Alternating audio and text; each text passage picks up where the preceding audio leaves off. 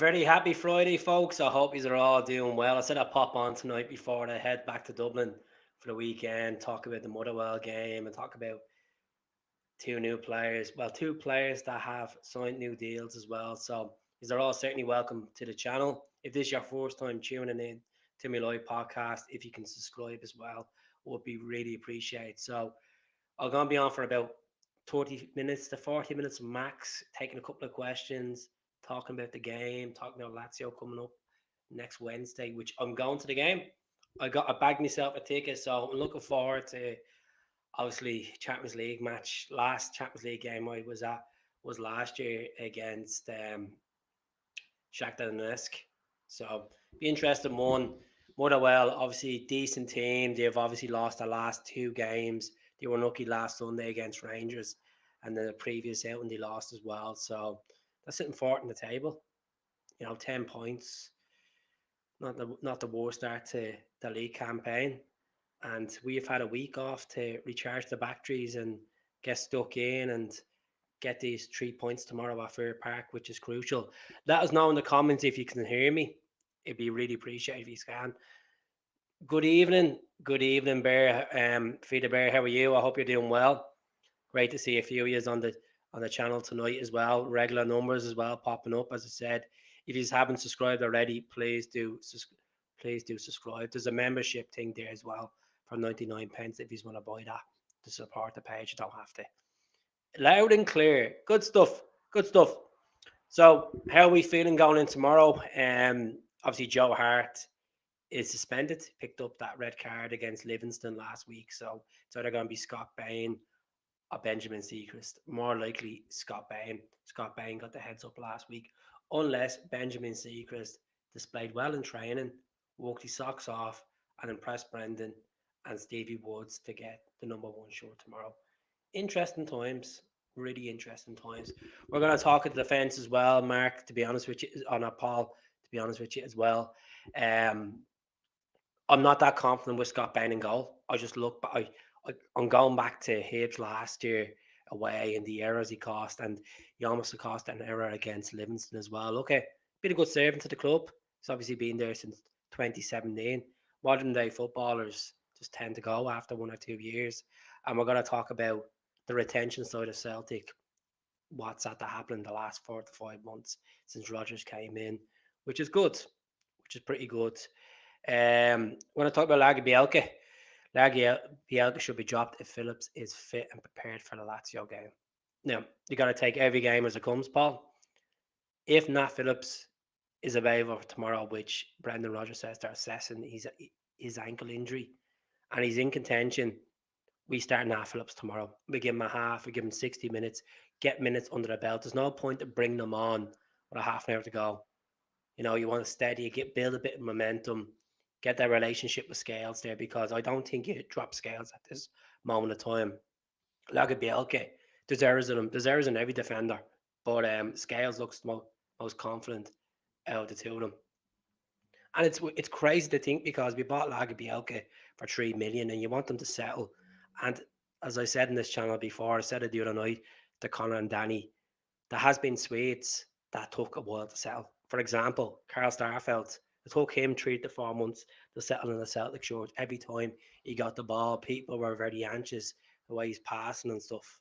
But he settled, and Carter Vickers got there. It's great to see Carter Vickers back on the grass as well. There was pictures today of him training, and he'd be available for selection after the international break. So you're wondering when the international break is. It's about 3 weeks away.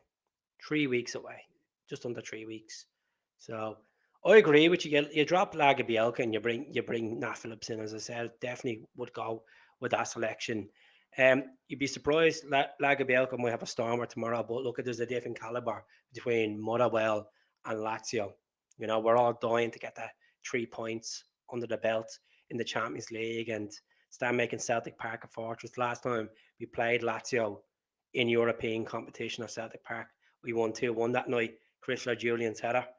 So see what happens. Remember that save against Foster pulled off at the end, that volley. How's it going, Stepney? I hope you're well. Great to see you in, Irish Rebel. Folks, there is a share button below. if you could press that, would be really appreciated as well. I'm just going to get my other phone and share it onto my Facebook.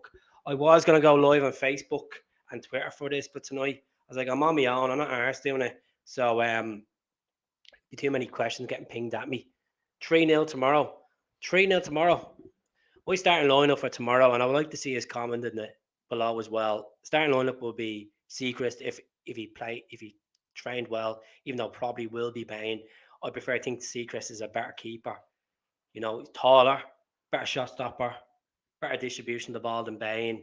Bain is quite Bain thinks he's quite confident doing these Cruyff turns on the ball when the ball comes back. We've seen in previous games when he did start, he came off the bench.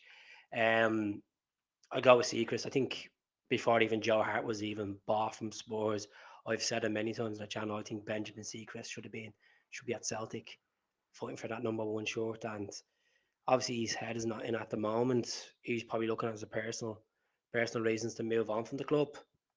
Maybe looking for a move to Australia. Maybe looking for a move close to Australia to be with his missus.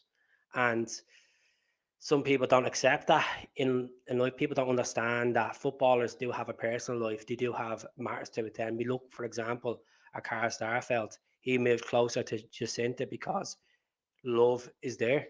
Love is there. Regardless if you're two professional footballers, you want to pursue that, you go and chase it. Simple as that.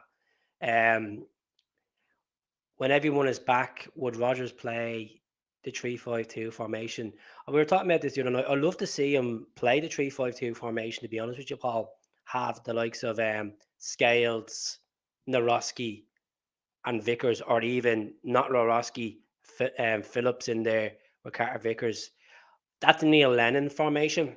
Neil Lennon played that back in 2019 in the Europa League and played in the league. And look, we won the league by 13 points. And then it was called COVID. The league was called. I like to see it. I like to see our wing backs push up the likes of Taylor and Alistair Johnston. And I read an article today from the Footballer Insider, and Frank McNeveny was mentioning saying that he thinks Alistair Johnston's going to move on. That is a load of absolute horse poop. There's no chance Alistair Johnson is going to leave Celtic less than a year into his contract. He's pretty happy. He's pretty settled. He does a lot of the blogs and exclusive Celtic interviews and stuff with his teammates. I think he looks pretty settled in Glasgow, and this whole malarkey of he's probably going to move on. I'm not buying it. I think he's pretty settled. I think he's going to be a really important player for Celtic in the next 2 to 3 years. He already is an important player. Obviously, picked up that injury in the summer, took him a while to get back, and then it's good to see Alistair Johnson in there. Ralston, on the other hand, is a good player, but he is not the level of Alistair Johnson. He can improve, he can get there. Hard work will pay off, and obviously he's been rewarded in his contract. And there has been people saying to me in the last couple of months, are Celtic tying down some of these players because they're just not arse being ambitious and going out and buying a better caliber player that could want twice the wages? Or is it a case that we see Rogers sees players in potential in these players and wants the club want to get to a long term deal to improve them? Now we go through these players, for example. We'll go through an example, right? First of all, Kyogo. He was one of the first ones to sign the long term deal. Kyogo is flying. He's over 50 goals for Celtic in 2 seasons.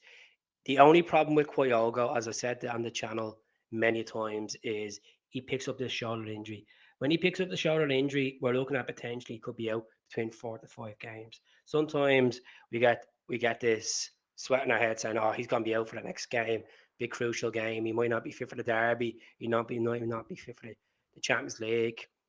We need ammunition up front. Kyogo, I think he's pretty happy in Glasgow. We've seen interviews he's done with FIFA and stuff. I think he's pretty happy in Glasgow, so I'm not worried about him. If you were putting a valuation on Kyogo right now as a striker, you're probably looking at about 20 million. 20 million on Kyogo. And people might say, you're probably exaggerating, Keith, but modern day strikers, he could go to the Premier League and probably do a job for Burnley or Luton or Nottingham Forest and back goals. But he's not going anywhere. He's staying with Celtic. He's here to win trophies, progress his career, get goals in the Champions League, or maybe post Christmas if we make Europa League football. See what happens. 5 games to go. We could still, we could. It's all open. Obviously, the other two teams drew 1-1 the Stadio Olimpico as well. So we're going to talk about Moyeda. Moyeda's been a workhorse. I still feel about 20% of the fans do not like Moyeda. And they're all entitled to their opinion. I think Moyeda is a workhorse. He gets crucial goals. You know, you seen it the other day against Livingston. Ran every blade of grass on that pitch, got stuck in, well, plastic pitch, got stuck in, and you wouldn't even feel like we were down to 10 men. You would not feel like we were down to 10 men. So, yeah, I've just seen these comments pop up, folks. Get the comments in. At the end of the day, my opinion is just on the channel, but user opinions, user comments are, well, more important. You keep the channel going. So that's the most important thing. Just let me share this. It's 14 years watching. I know there's a couple of other Celtic podcasts on tonight, and that's okay. We're not all in competition with each other. We all believe in the same thing. We all believe in different views of Celtic, regards to players, regards to manager, regards to board level, regards to fan fan meaning, whatever you want to say.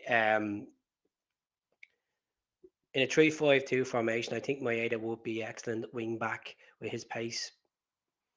I've thought that a couple of times, to be honest with you, Paul. I really have thought that a couple of times. He just has it. Like, he's not afraid to get stuck in. Yes, he's not.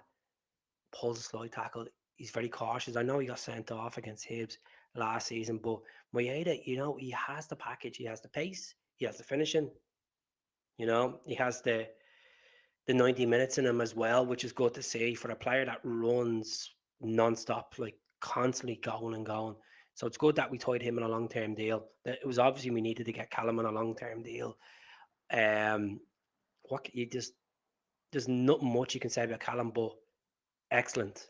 Like, there's no point to going on from when he made his debut against Reykjavik to now. He has taken the chance, worked hard from the youth system all the way up to senior level, took the captain's armband off Scott Brown and made it his own captain's armband by winning back-to-back titles, by winning a treble. A part of history now, part of history to win a treble. Like, some people take trebles for granted sometimes when you realise the amount of work that these guys do in the background to work hard to bounce back from defeats in the league or drop points and come back from European games and pick that mentality up. Yes, we were out of the League Cup, and look, at served us right to be out of the League Cup because we weren't good enough at Rugby Park.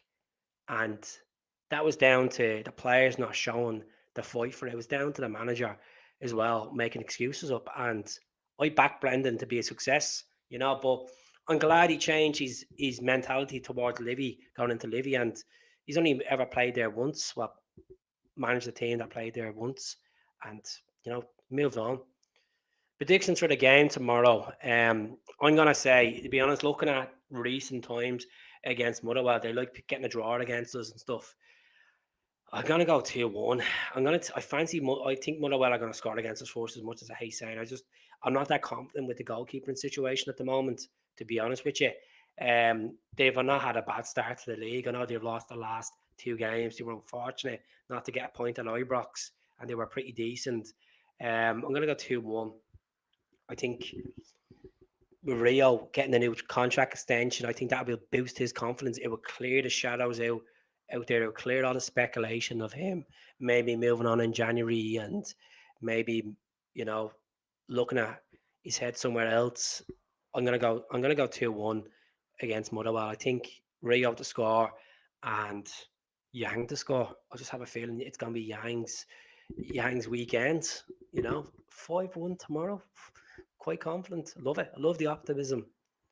And put down comment below the goal scores. As I said, folks, you see the comment. There's little symbol here beside Feed the Bear. That's a membership symbol. So that goes for 99 pence.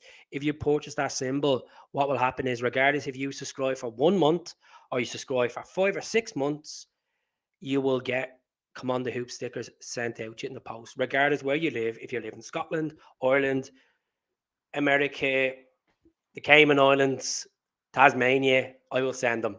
I will send them. At the end of the day, it's given back to yous. And for the people that do not want to buy the membership, I appreciate is watching the live. That means as much to me than anything. So yeah, I hope he's like the Bumblebee jersey in the background as well. It's not the real one. Like I wasn't gonna go out and spend 120 quid on a Bumblebee jersey. You think I'm leading made of money? Difficult game against Motherwell. We need to be at our best. Confident win 100%, and there's no excuses why we can't be at our best, Dougie. Cracking surface. They've obviously done a lot of work with Fir Park's pitch over the last. Look, you go back to like 12 or 14 years ago, that you couldn't even play in that pitch. I remember there's a time when Motherwell had to postpone 4 or 5 of their games on a trot. League games, home games, because they could not maintain that pitch. I know there was at a point where Gretna was using it as well before they went out of business. They were using the pitch as well, but always a hard game there, Paul. And that's what Feed the Bear was saying the other day. He was saying, "Look, I spoke to my old man, and I don't think it's going to be I don't think it's going to be an easy one." I completely agree with you. If you are wondering, folks, as well, if you haven't seen the latest update regards to this game tomorrow, Sky Sports are not broadcasting this game. They just decided that they're not broadcasting it, so that 12:30 kickoff will remain. If you live outside Ireland and the UK, you can watch on Celtic TV. But if you don't, you're going to have to pay £15 to watch it on Motherwell TV. That's all I can say. That's all I can say regards to the streaming of the game. So it's a bit of a kick in the face, unless you go to the pub or something, or you go down to your mate's gaff and watch it or something, unless you have another way of watching it, or unless you have a subscription to Motherwell TV on the slide and we don't know about it. 1 to 7, get the music ready. Definitely not. Them days are done, man. I don't do music anymore. Them days are done. It's all about just talking about the football, and that's what the channel for. But I sorry about that. Click the wrong button. 21 people. Tell me where you are watching from as well, folks. It would be really appreciated. I said I'll pop on till about 9:05. 9:10, have a chat with you, and then you see the little Instagram and Facebook thing there as well. If you haven't followed us on socials as well, at least we'll try to play football. That's it. Like we played decent football, I thought, in the first half of the Tony Macaroni, and look at even the second half, we just looked, comfortable for a team that was down to 10 men. But the well will be all out. They'll be all out. They'll be interesting to see with David Turnbull featured against his former club as well. Will he come off the bench, or will he get the nod? It just depends on what Rodgers have seen this week in training, seeing who has impressed. But you just look at the midfield. Like you start with Hatate, you go with Callum, you go with O'Reilly, and hopefully O'Reilly is next to sign a long-term deal. My problem is with O'Reilly. I think he will look at his stats and he'll look at his goals and he'll take the Champions League experience, which most players will do. And I think his representatives will listen to offers in January if we don't put him down on a long-term deal. Yes, his contract is not up till 3 years' time. I know some people might say, Keith, calm yourself, 3 years. Why are you talking about speculation of O'Reilly already?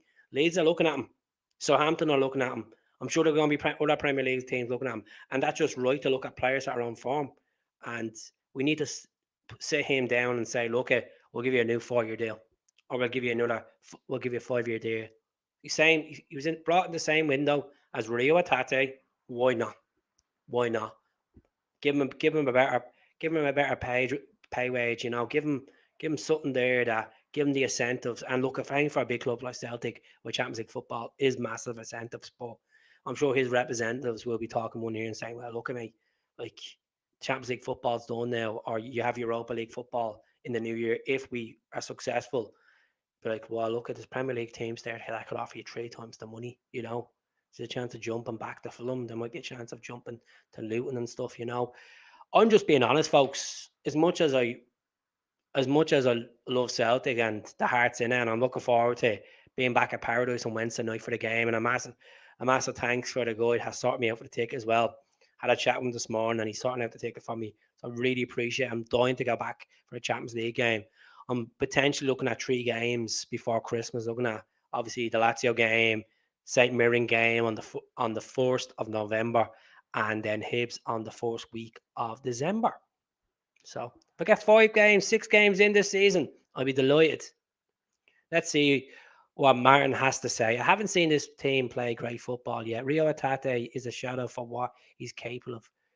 100%. I think there's lots of Hatate to do, to be honest, to get back to the level he was at Ange level, Ange days. I think obviously the speculation probably wrecked his head, and then picking up that injury at Batodry wrecked his head. But we know what Hatate can do. We've seen the 2 goals he scored against Rangers in his 4th season. That goal at Tynecastle last season, Boston games. I remember that game going up towards Christmas where he smashed St. Johnson and he ran the show. And he played. I remember playing right back for a couple of games as well. Hatate is a player that we need to keep, and I know we signed him on a long-term deal to 20. I mean, any offers, ridiculous offers, come in for Hatate. If it's January or next season, the club have to stand firm and say, no, he's a part of our plans. We're not listening to offers. We don't care if you would offer 20 million, turn it down. He can be a 30 million to 35 million player. Modern day footballer can be. And I think Hatate has that potential. He's only 25. He can do it. You know, I'm not over exaggerating about the valuation. I think he can go to that stage of a player. The only thing I'm worried about Hatate is, and even with Kyogo, even with the likes of Yang as well, and Maeda, these lads could go to the Asian Games in January, and it could affect our title race. Now, as far as I know, if there's a certain amount of so many players that are going to that championship, you can get the games postponed and rearranged. Now, I don't know how accurate that is. I'm going to look into it, but I've seen it in a couple. I've seen a couple of podcasts talking about it. Peter, what do you say? The more we tie players down, better off financially, more come and selling them on. Exactly. That's the model. That is the model. Now, obviously, I don't know about realistic. I don't know about Ralston.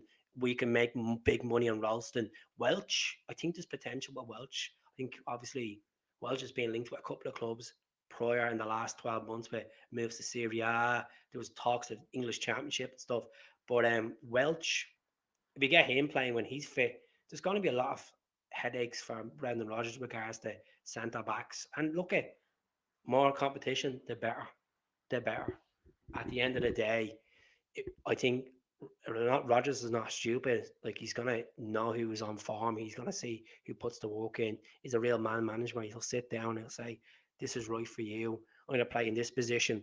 I think personally, when the players are fit, when you get the likes of Phillips, Naroski, Welch, you know, when we get and most of all Carter Vickers, when we get these defenders fit and ready to go, you start saying to yourself, could Liam Scales do a job at left back? Or are you happy with going with Greg Taylor left back? Greg Taylor in some games is an absolute flyer. You know, we all know he has improved over the last 2 years as a player. We know that. But it's getting him past that stage. It's developing him even more. And what I mean by more is having that confidence to skin 3 or 4 players. Take it on, bring it up. Don't be afraid to take a shot on. And we've seen glimpses of that last season. We seen it last season. I know it's a different manager, and the squad has slightly changed with personnel. We lost 2 or 3 players, and we brought in more personnel. I think Taylor, he can progress, but at the same time, I feel like Scales, as a physical player, would be a better choice. Scales can play defensive mid, left back, right back, and centre back. He's done it in his League of Ireland days. I know the League of Ireland's a different stature, maybe a lower stature to Scottish football in some people's eyes, but Scales can do it. I think Scales has a good future ahead, and I know it's been a blessing for him that these injuries happened, even though we didn't want to see these injuries happening. It means for him as a footballer, he gets the chance to prove to the manager and most of all to the fans that doubt him that he can do a job. And there's been clean sheets. There's been clean sheets, and there's still fans moaning saying he's not good enough for Celtic short. And I turn around and I say to them fans, well, he's playing and he's doing a job and we're winning games. So stop moaning and enjoy it that we're top of the league. Nacham, two comes to mind when it comes to Hatate. Nacham is a different. Nacham was stubborn. Nacham was completely stubborn about the whole thing. Look, Hatate has more than Nacham had. Nacham had a long shot. Yes, he was a good player. He was good at attacking, but I think Hatate is maybe twice the player than Nacham was. I like Nacham. Obviously, good moments in the Scottish Cup and then scoring in Rome and stuff. But you know, I think Hatate. I just think Hatate overall is a more technical, better player than Nacham was. And that's my opinion. I understand what you're saying in regards to temperament and stuff like that, but that's when you have a manager like Rodgers, you sit down, have that discussion behind closed doors, you know, say, look, the culture of the team is going to change a bit, the way I'm going to train is going to be different, and if you want to be a part of this, be a part of it. If you don't want to be a part of it, we consider your options. You can either play this amount of games if you work hard. If you don't work hard, we may put you on the transfer list. But that hasn't come out to that outcome. It's come to the outcome where he's staying here long term and happy days. Happy days. You know, he did. He played really well against Livingston. I think in the first was it 20 minutes of the game, he had like 30 passes completed and stuff like that. Like he like I think he done pretty well. He was more playing like an offensive midfielder. But I'm just saying in general, I think there's improvement needs to be there for Taylor. I don't feel quite confident with the personnel, left back personnel we have at the moment at the club.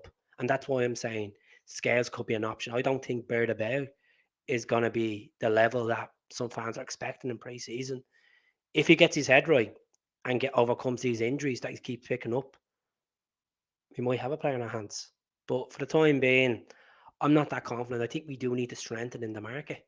I still felt that we didn't strengthen left back, and I said it many times on the channel. But right back, I feel like we still need another right back, even though we've tied Ralston down and Johnston's back. I just feel like we are short in the right back situation, and I know Welch can play there as well, but he's not that fast as Welch getting up the field. That way. He's more designed for a centre back role.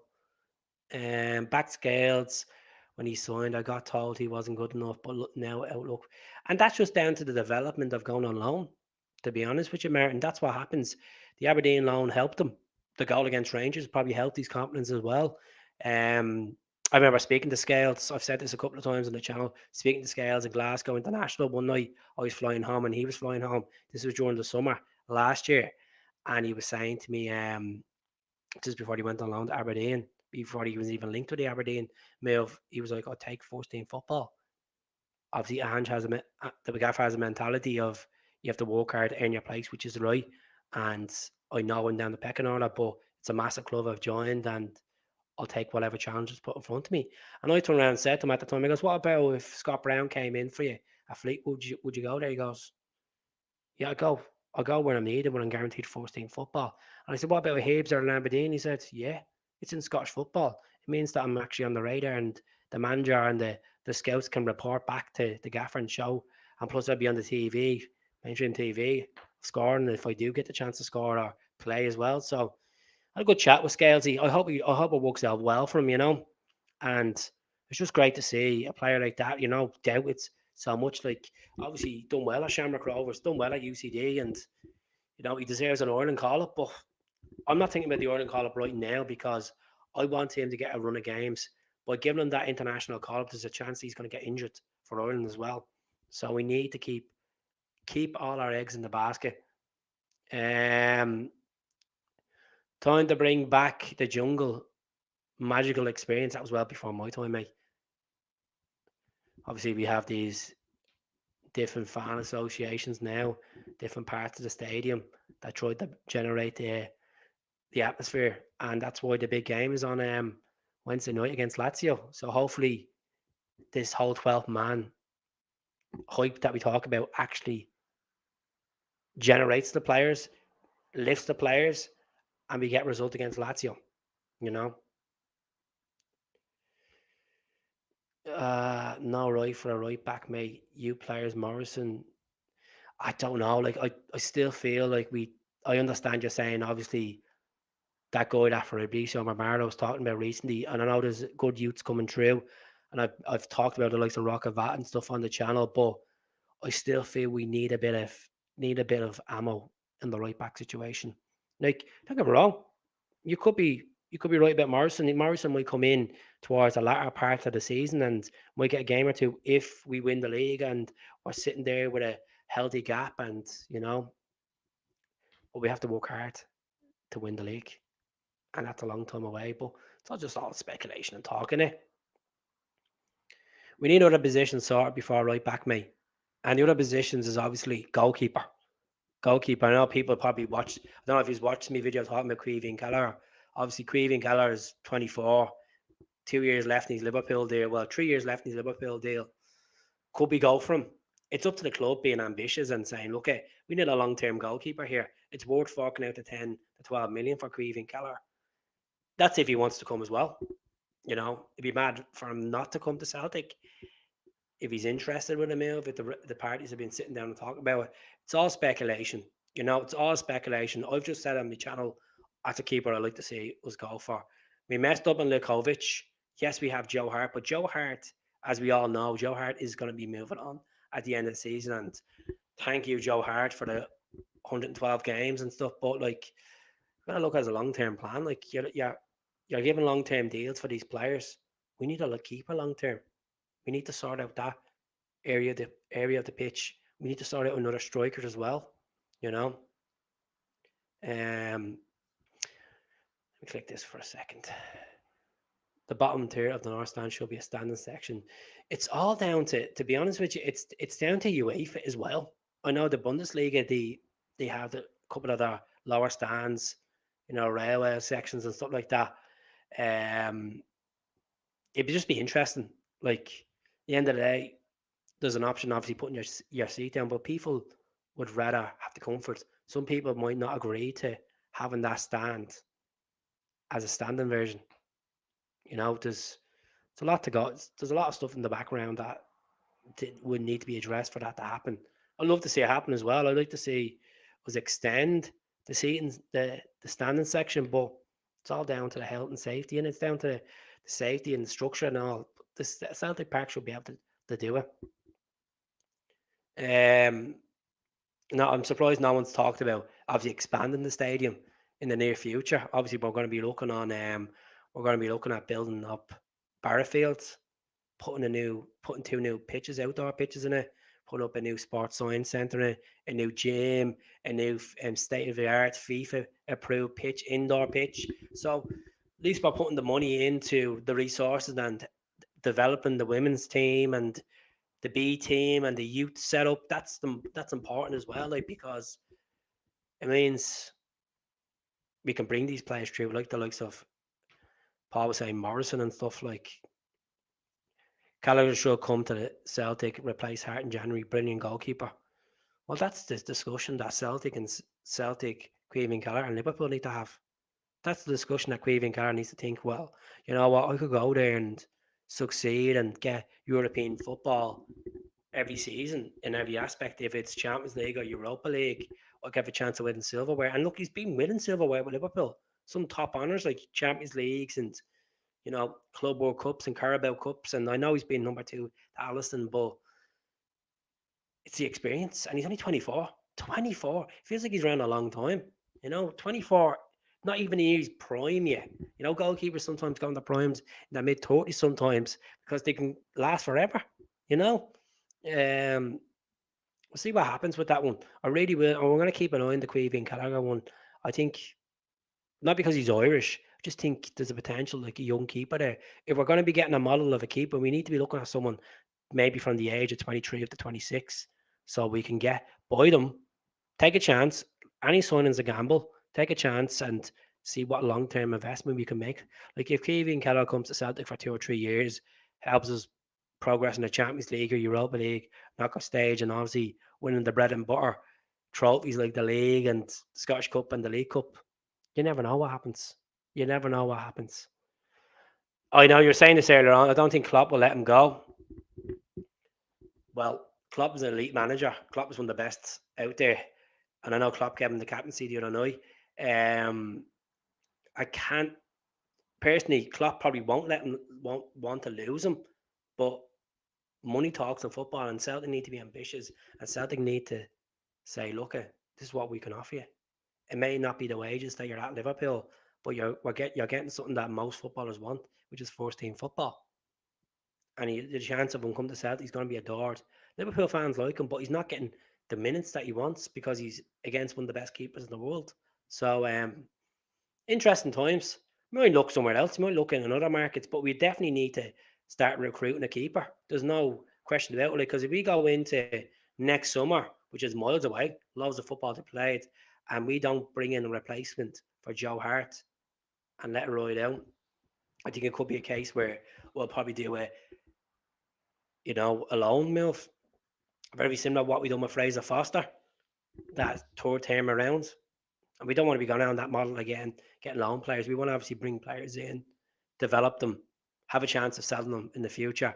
And in the meantime, when they're here for the 2 or 3 years, enjoy it. Just enjoy it because regardless these long term deals with Koyogo, with Moyeda, with Rio, with Abada, the only one that I feel confident that will ride out his full contract is Callum. I don't think maybe Ralston if he's consistent, maybe Welch if he's consistent, but these players are just here for 2 or 3 years. They get a better pay, better salary, and then they'll be off. And it's hard not to get attached to players, but that's the way it is in football. You know. Let's have a look at this comment. Sorry, Peter. I think we'll all feel better going into tomorrow with the way we are playing. With the news lately coming up from the club, goalkeeper and striker would be happy. 100%. I think it's been a lift this week. I know, like we won last week against Levy 3-0. It's been a lift to see that there is stuff going on in the background.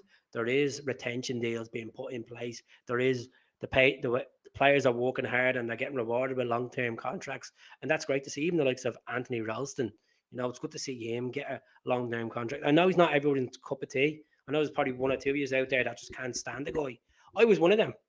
I was one of them. I didn't think he would never wear a Celtic shirt again.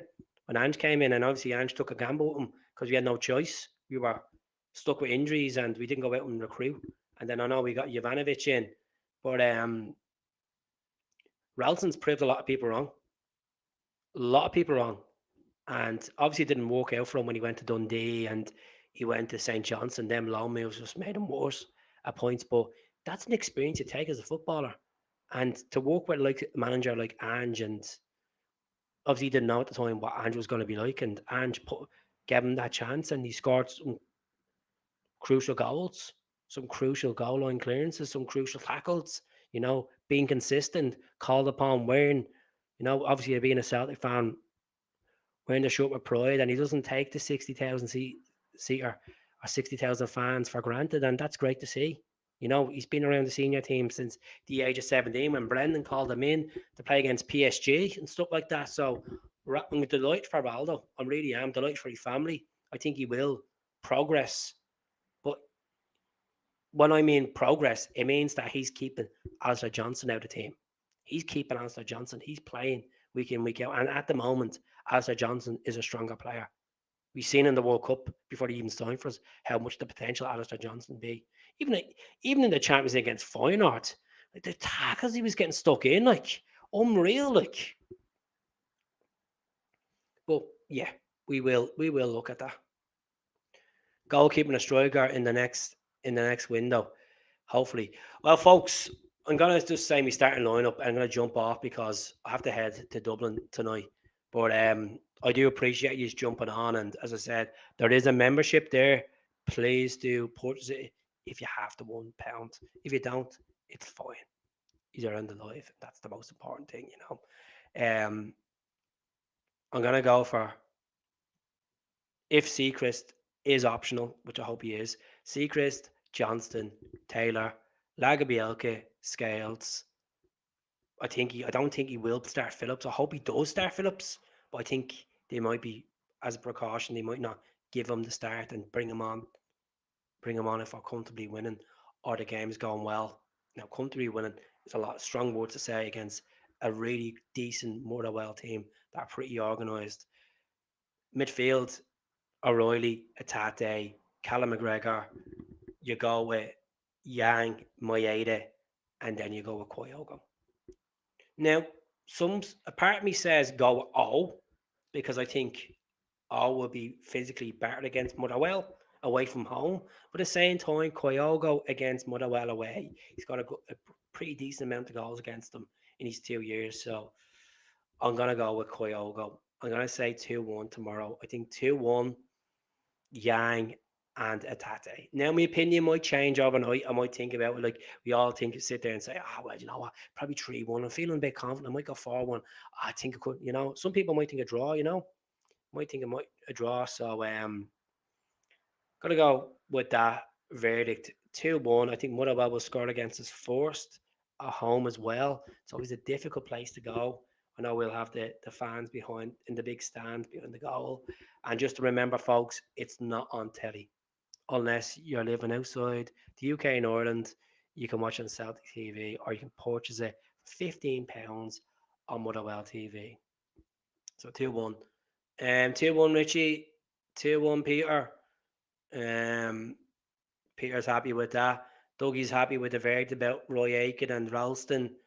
It's good to see a good few people in. As I said, I know there's other podcasts on tonight. We obviously get the likes of the Celtic supporters podcast. They go on a Friday night. I think Celtic Unrestricted go on as well. The Boise Bus goes on as well. There's loads of them. There's loads of them. They all do good jobs. So right the way they.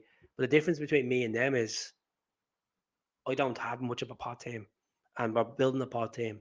But I have a bit of good news for you, folks. Before I go, I am going to be talking to a former Celtic player on Tuesday night on the podcast. Paul Bourne is going to be joining me on Tuesday night at 8 o'clock. So Paul obviously scored a cracking goal against the Oco back in the early 90s.